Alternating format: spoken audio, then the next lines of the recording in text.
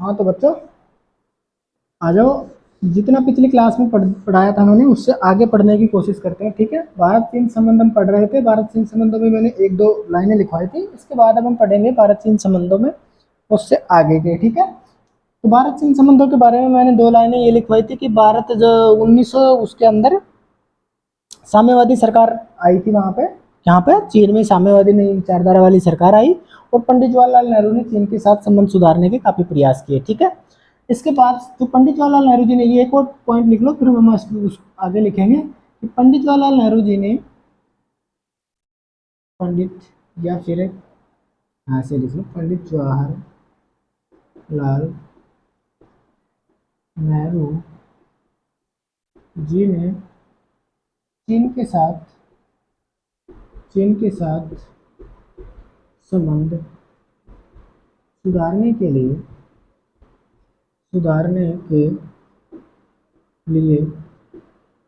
चीन के एक चीन के प्रमुख थे या फिर चीन के पीएम भी कह सकते हैं आप। चीन के प्रमुख थे चाउ एन लाई नाम था, ये ध्यान रखना है। चाउ एन लाई क्या है, एक नाम है। ठीक है, लाई के बीच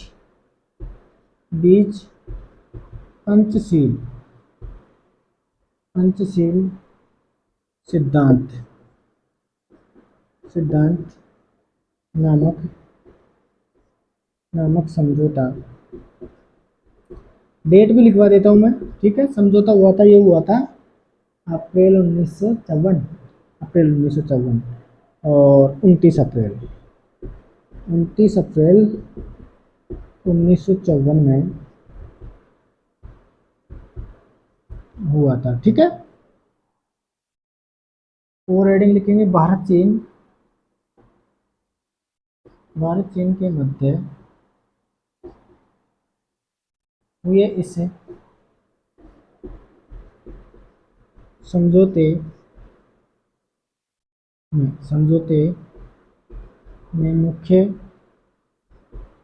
रूप से 5 प्रमुख सिद्धांतों को शामिल किया गया था। इस कारण इस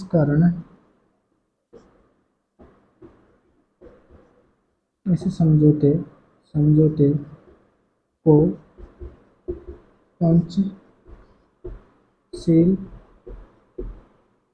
पंचशील सिद्धांत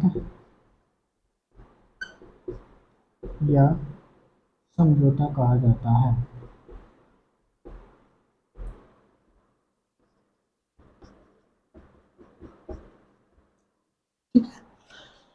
तो ध्यान से समझना, पंचशील सिद्धांत, एक मिनट मैंने गलत पेन ले लिया लगता है। हाँ देखो, तो पंडित जवाहरलाल नेहरू जी ने चीन के साथ संबंध सुधारने के लिए चीन के प्रमुख थे जिनका नाम था, चीन के प्रमुख बोल सकते हो, चीन के पीएम बोल सकते हो, उनका नाम था चाउ एन लाई। याद रखना आपको, चाउ एन लाई के बीच पंचशील सिद्धांत नामक समझौता किया। और ये समझौता किया कब? पंचशील समझौता किया, या सिद्धांत कह सकते हो या पंचशील समझौता कह दो, एक ही बात है, कोई दिक्कत नहीं है। सिद्धांत या फिर समझौता, नाम का समझौता। ठीक है, 29 अप्रैल 1954 ये डेट याद रखनी है। और चाउ एन लाई ये नाम याद रखना है, चीन के प्रमुख थे। इनके साथ मिलकर 29 अप्रैल 1954 में एक समझौता किया था। उस समझौते का नाम था पंचशील सिद्धांत या पंचशील समझौता। ठीक है, तो भारत चीन के मध्य ये समझौता हुआ था। इस समझौते में प्रमुख रूप से कितनी बातें थी? प्रमुख 5 सिद्धांत या प्रमुख रूप से 5 बातों को शामिल किया गया था। इन प्रमुख 5 बातों को शामिल किया गया था। इस कारण, इन 5 बातों के कारण ही इसको पंचशील सिद्धांत कहा जाता है। कौन सा सिद्धांत? पंचशील सिद्धांत या पंचशील समझौता कहा जाता है। क्यों कहा जाता है? क्योंकि ये जो समझौता हुआ था 29 अप्रैल 1954 में, पंडित जवाहरलाल नेहरू भारत के थे और चीन के कौन थे? चाउ एन लाई। तो जो चीन के चाउ एन लाई थे और भारत के जो पंडित जवाहरलाल नेहरू थे, इन दोनों के मध्य समझौता हुआ था 29 अप्रैल 1954 को। इस समझौते में प्रमुख 5 बातों को शामिल किया गया था या 5 सिद्धांतों को शामिल किया गया था। इन 5 सिद्धांतों के कारण ही इस समझौते या सिद्धांत को पंचशील सिद्धांत है। पंच का मतलब क्या हो गया, पांच हो गया, और शील का मतलब क्या हो गया, शांति स्थापित करने का सिद्धांत है, यानी पांच शांति स्थापित करने के सिद्धांत है। शील का मतलब क्या हो गया, ठंडा, ठीक है। तो पांच ठंडे सिद्धांत, यानी दोनों देशों के मध्य संबंध स्थापित करने के, या दोनों देशों के मध्य मधुर संबंध स्थापित करने के पांच सिद्धांत, ठीक है। इसी को किस नाम से जाना जाता है, पंचशील सिद्धांत। अब वो पांच सिद्धांत कौन कौन से थे, हम उनको पढ़ने की कोशिश करते हैं, उनको समझने की कोशिश करते हैं, ठीक है। अब मैं इसको मिटा देता हूँ, समझ में आ गया होगा मुझे लगता है ये पूरा ना। तो अब मैं इसको भी, चलो इसको रहने देते हैं। अब अगली रीडिंग हो जाएगी आपकी, छोटी सी इसी के नीचे, जस्ट इसी के नीचे डालनी है, पंचशील सिद्धांत, पंचशील पंचशील सिद्धांत, ठीक है, पंचशील सिद्धांत, ठीक है। अब पंचशील सिद्धांत में कौन कौन से सिद्धांत थे, और वो पांच सिद्धांत थे, उनको समझने की कोशिश करते हैं, एक एक लिखवाने की कोशिश करता हूँ, फिर मैं समझाऊंगा, ठीक है। तो पहला सिद्धांत था एक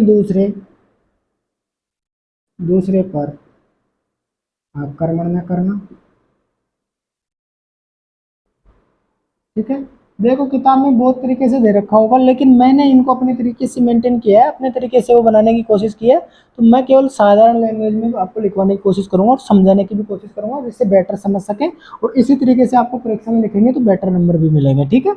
दूसरा सिद्धांत आपका हो जाएगा एक दूसरे के आंतरिक मामलों में, ठीक है, आंतरिक मामलों में, ये मोस्ट इंपोर्टेंट है, ठीक है। परीक्षा की दृष्टि से आंतरिक मामलों में हस्तक्षेप न करना,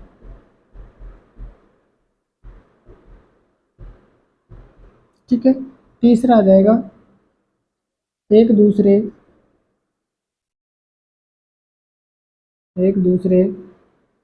की क्षेत्रीय अखंडता,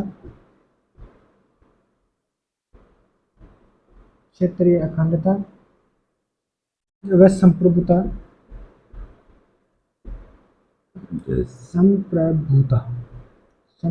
का सम्मान करना, ठीक है। चौथा हो जाएगा सौहार्दपूर्ण एवं मैत्रीपूर्ण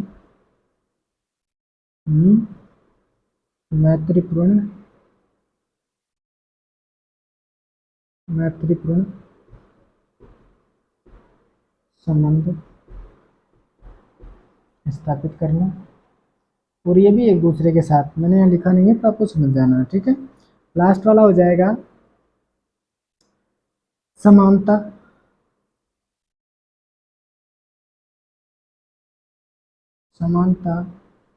व पारस्परिक लाभ, पारस्परिक लाभ, ठीक है, समानता व पारस्परिक लाभ। अब मैं समझाने की कोशिश करता हूँ, ये पांच सिद्धांत हैं। आपका जो पंचशील सिद्धांत है, चीन के साथ जो पंडित जवाहरलाल नेहरू चाउ एन लाई के साथ किया था 29 अप्रैल 1954 में, उस सिद्धांत के जो प्रमुख ये थे पांच सिद्धांत, ये क्या क्या है, अब मैं इनको समझाने की कोशिश करता हूँ। तो पहला सिद्धांत यह है कि दोनों देश कौन कौन से, भारत और चीन, दोनों देश एक दूसरे पर आक्रमण नहीं करेंगे। यानी चाउ एन लाई और पंडित जवाहरलाल नेहरू के बीच जो पंचशील सिद्धांत का जो समझौता हुआ था 1954 में, उसका पहला पॉइंट ये था, या पहला सिद्धांत ये था कि हम एक दूसरे पर आक्रमण नहीं करेंगे, ना तो चीन हम पर आक्रमण करेगा, ना हम चीन पर आक्रमण करेंगे, दोनों के बीच, ये सिद्धांत पहला। दूसरा इसका सिद्धांत था कि हम एक दूसरे के आंतरिक मामलों में हस्तक्षेप नहीं करेंगे, यानी जो चीन के अंदर के मामले हैं उसमें भारत हस्तक्षेप नहीं करेगा, चीन अपनी मर्जी से अपने मामलों में किसी भी तरीके से करे, भारत कोई हस्तक्षेप नहीं करेगा। भारत के आंतरिक मामले जो भी हों, भारत के अंदर के देश के मामले, उसमें चीन हस्तक्षेप नहीं करेगा, दूसरा सिद्धांत ये था। तीसरा ये था एक दूसरे की क्षेत्रीय अखंडता व संप्रभुता का क्या करेंगे, सम्मान करेंगे।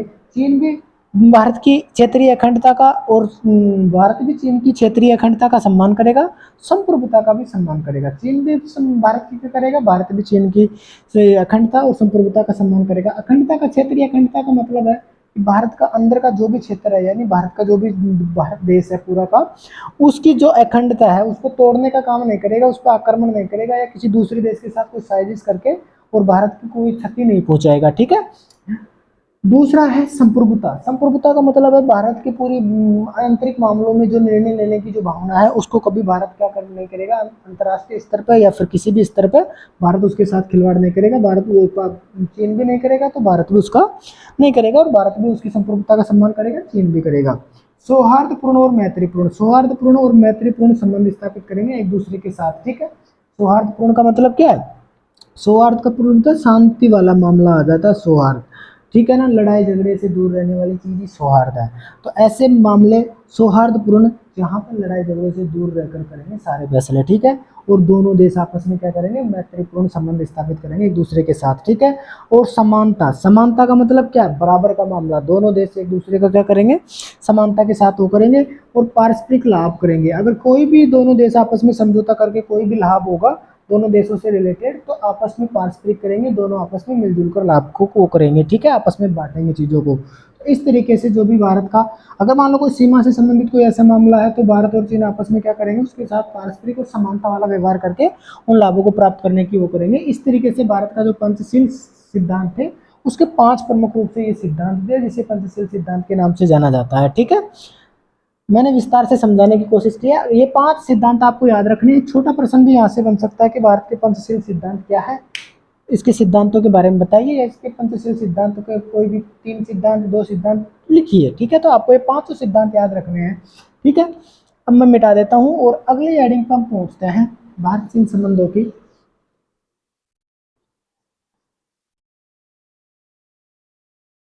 अगली हेडिंग आपकी हो जाएगी भारत चीन संबंध के अंदर भारत और चीन के बीच में जो विवाद के मुद्दे हैं ना, वो क्या क्या है।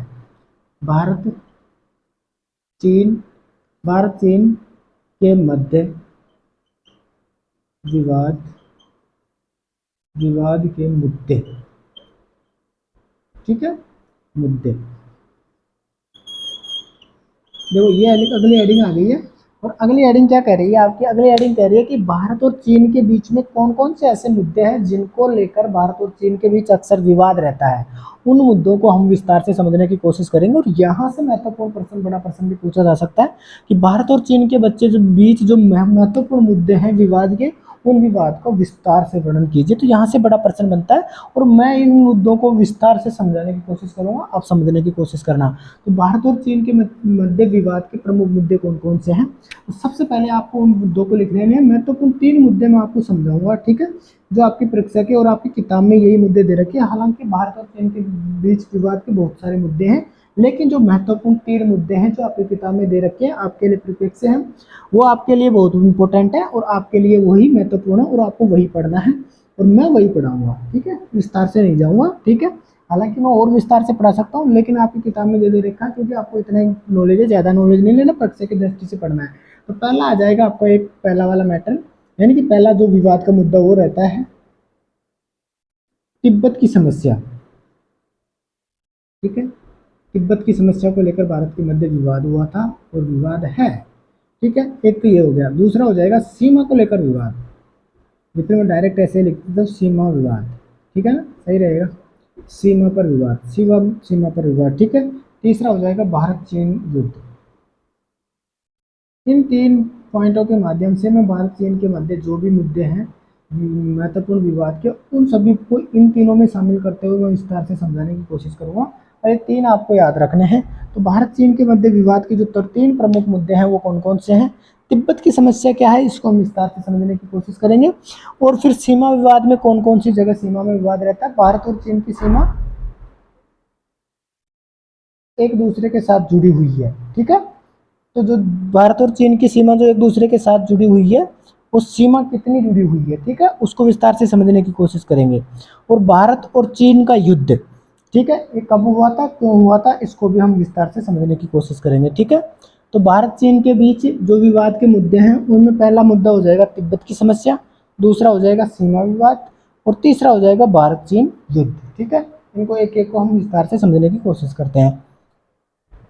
तो सबसे पहले आ जाएगा आपका तिब्बत की समस्या। मैं मिटा देता हूँ इसको भी।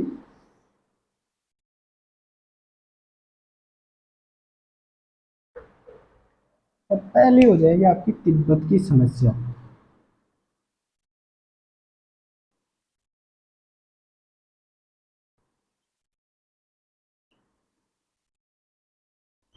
ठीक है, तिब्बत की समस्या क्या मामला है, इसको हम विस्तार से समझने की कोशिश करते हैं। पॉइंटों के माध्यम से आपको लिखना है, फिर मैं विस्तार से समझा दूंगा। ठीक है, तो पहला आ जाएगा तिब्बत। तिब्बत भारत व चीन के मध्य स्थित एक छोटा सा देश देश है। चीन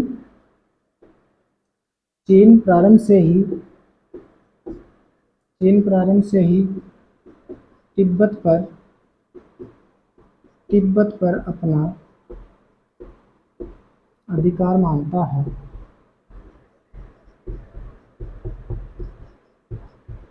जबकि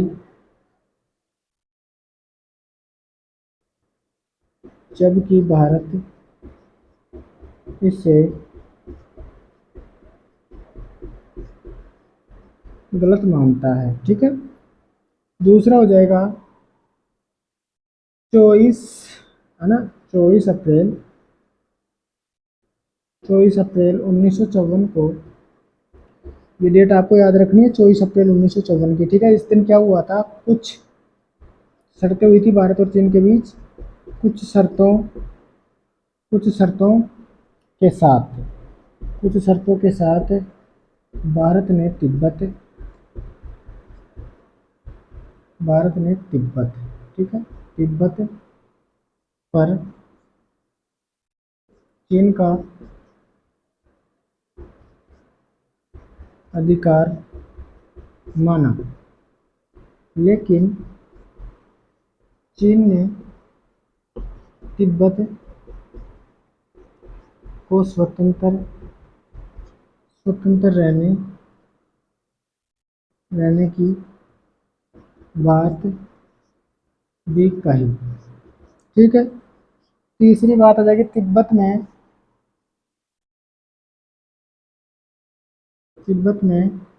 में चीन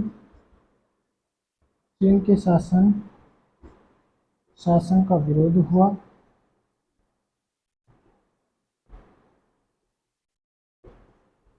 विद्रोह को चीन सेना ने दबा दिया।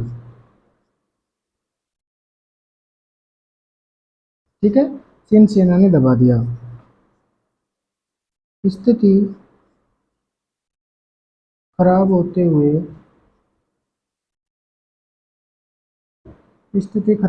हुए देख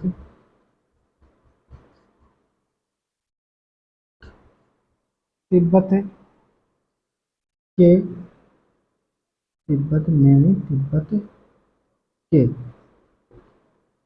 धर्मगुरु धर्मगुरु थे दलाई लामा। दलाई लामा ने, अब नीचे आपको दिख नहीं रहा होगा तो मैं यहाँ पर लिखता हूँ, ध्यान से समझना। दलाई लामा ने 1959 में भारत से शरण मांगी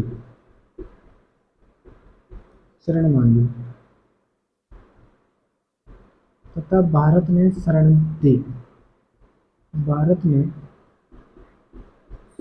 दी। ठीक है, अगली हेडिंग आप लिखेंगे, इस कदम को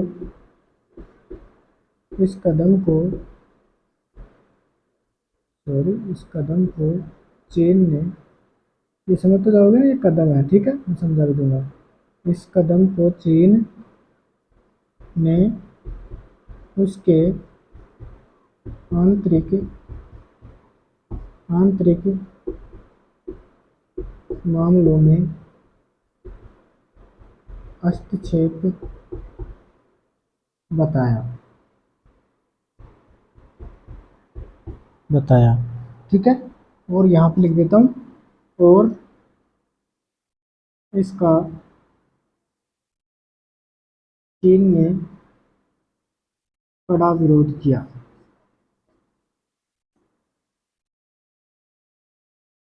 ठीक है, देखो अब मैं समझाने की कोशिश करता हूँ, एक्सप्लेन करके पूरी चीजें। भारत चीन के मध्य संबंध स्टार्ट हुए हम कहाँ से, यहाँ से। तो तिब्बत क्या है, तिब्बत एक छोटा सा देश है। भारत और चीन की सीमा है ना, उसके मध्य स्थित एक छोटा सा देश है तिब्बत, ध्यान रखना। ठीक है, चीन प्रारंभ से ही तिब्बत पर अपना अधिकार मानता है। छोटा सा देश स्थापित होने के कारण चीन अपना अधिकार मानता है कि तिब्बत हमारा ही भाग है, हमारा ही पार्ट है, उस पर अपना अधिकार मानता है। जबकि भारत इसे गलत मानता है कि भारत ये मानता है कि तिब्बत अलग देश है, स्वतंत्र देश है, चीन का हिस्सा नहीं है। मानता था उस टाइम की बात बता रहा हूँ, ये 1954 में। तो क्या हुआ कि उस टाइम तक भारत मानता था कि चीन तिब्बत अलग देश है, स्वतंत्र देश है, जबकि चीन ऐसा मानता था कि हमारा ही पार्ट है और मेरा ही वो हिस्सा है। ठीक है, और हमारा ये अधिकार नियंत्रण में, हमारे अधिकार में।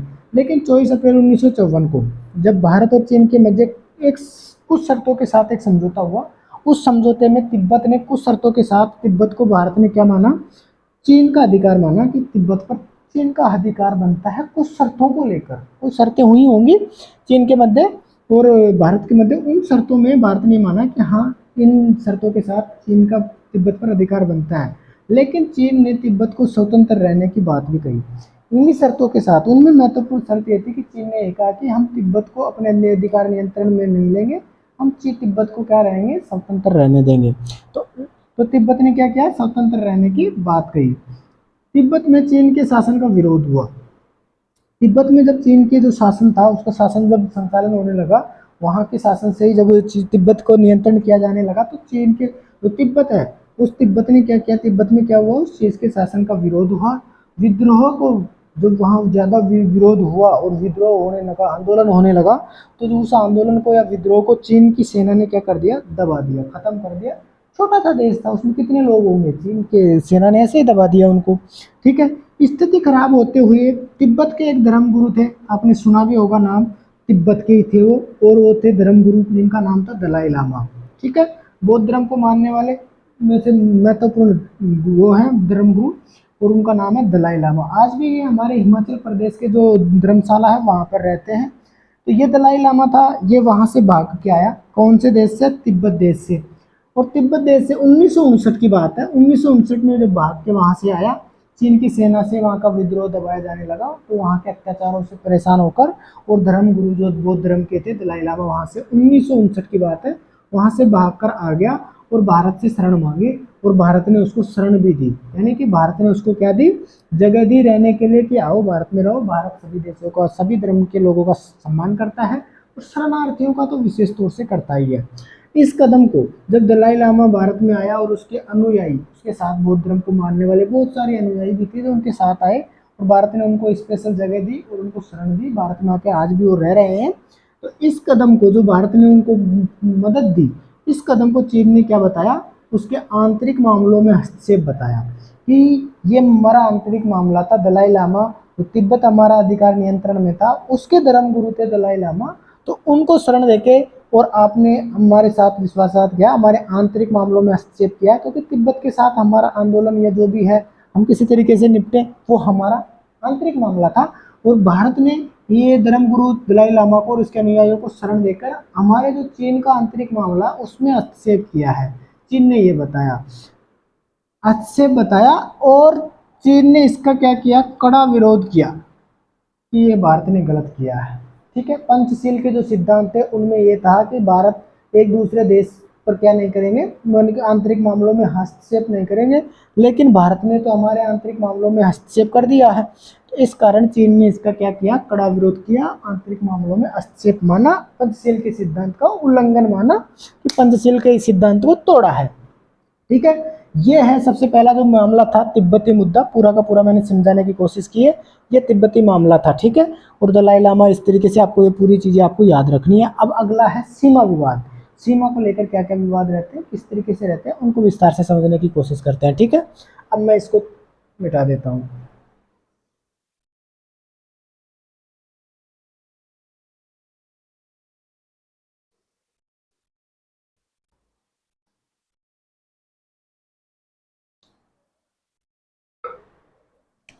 अगली आपकी हेडिंग डाल लेनी है भारत चीन सीमा विवाद।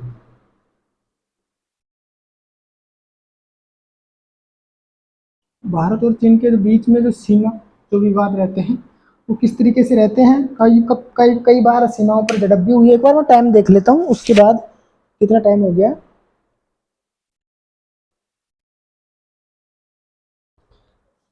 देखो, तो भारत चीन के बीच में जो सीमा के प्रमुख विवाद है उनको समझने की कोशिश करते हैं।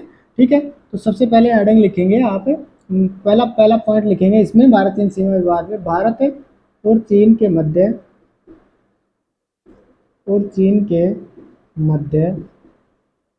सीमा विवाद जम्मू कश्मीर। जम्मू कश्मीर में एक क्षेत्र पड़ता है, अगर आपने सुना हो तो काफ़ी बार चर्चा में भी रहता है, जम्मू कश्मीर के अक्साई चीन। अब ये अक्साई चीन क्या मामला है, मैं इसको विस्तार से समझाऊंगा, आप लोगों को टेंशन लेने की जरूरत नहीं है। अक्साई चीन और अरुणाचल प्रदेश एक हमारा राज्य है, तो सबसे पूर्वी राज्य है अरुणाचल प्रदेश।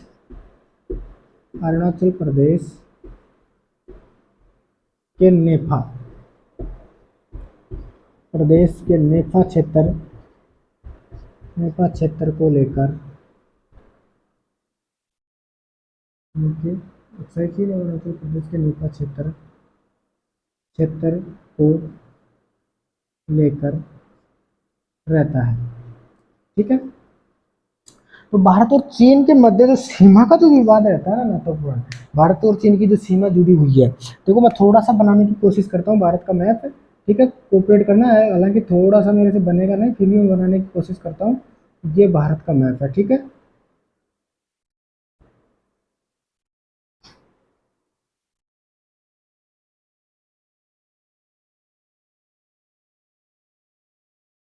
ठीक है नहीं, तो जैसे भी कोऑपरेट करना। ठीक है, ये मान लो भारत का नक्शा है। ठीक है, ओके, यहाँ पे है चीन और यहाँ पे ये तो भारत है ही, तो ये भारत और चीन की जो सीमा है, ये सीमा जुड़ी हुई है, और यहाँ अरुणाचल प्रदेश में यहाँ भी सीमा जुड़ी हुई है, तो चीन की सीमा यहाँ भी जुड़ी हुई है, जम्मू कश्मीर के यहाँ पे आपका जम्मू कश्मीर। ठीक है, जम्मू एंड कश्मीर यहाँ पे है ये मामला। तो ये सीमा जो विवाद, ये सीमा है, यहाँ पे है आपका अक्साई चीन।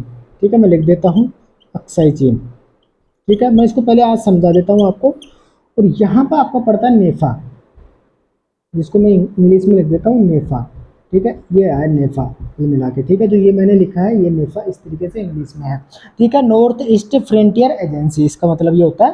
मैं विस्तार से समझाऊंगा इसको भी, पहले मैं अक्साई चीन को समझाने की कोशिश करता हूँ। तो ये जम्मू कश्मीर के जो हमारा स्टेट है जम्मू कश्मीर, अब वर्तमान में जिसको 2 केंद्र शासित प्रदेशों में बांट दिया गया है, और चीन के मध्य यहाँ पर सीमा लगती है। तो यहाँ पर क्या है कि पहाड़ी इलाका है, यहाँ पर कोई लोग नहीं रहते हैं, ऊबड़ खाबड़ पहाड़ी इलाका है, और यहाँ पर कोई लोग भी नहीं रहते हैं।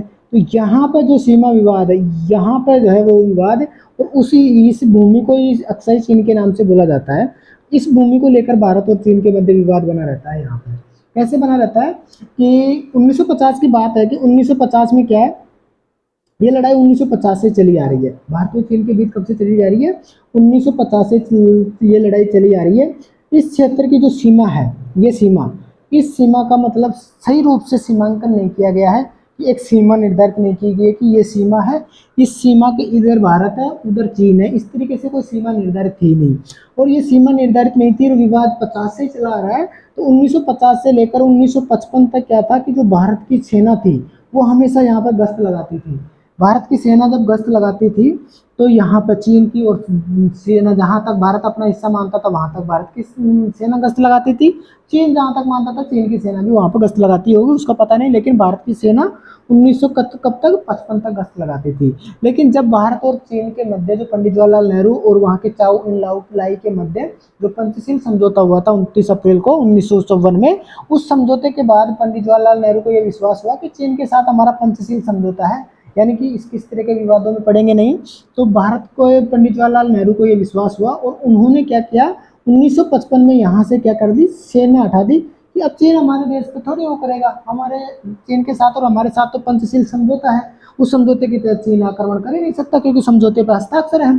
तो यहाँ से जब चीन, भारत के पंडित जवाहरलाल नेहरू को ये विश्वास हो गया तो सीमा हटा ली। तो 1955 में जब सीमा हटाई तो 18 तो 1957 में चीन ने यहाँ पर एक सड़क का निर्माण किया।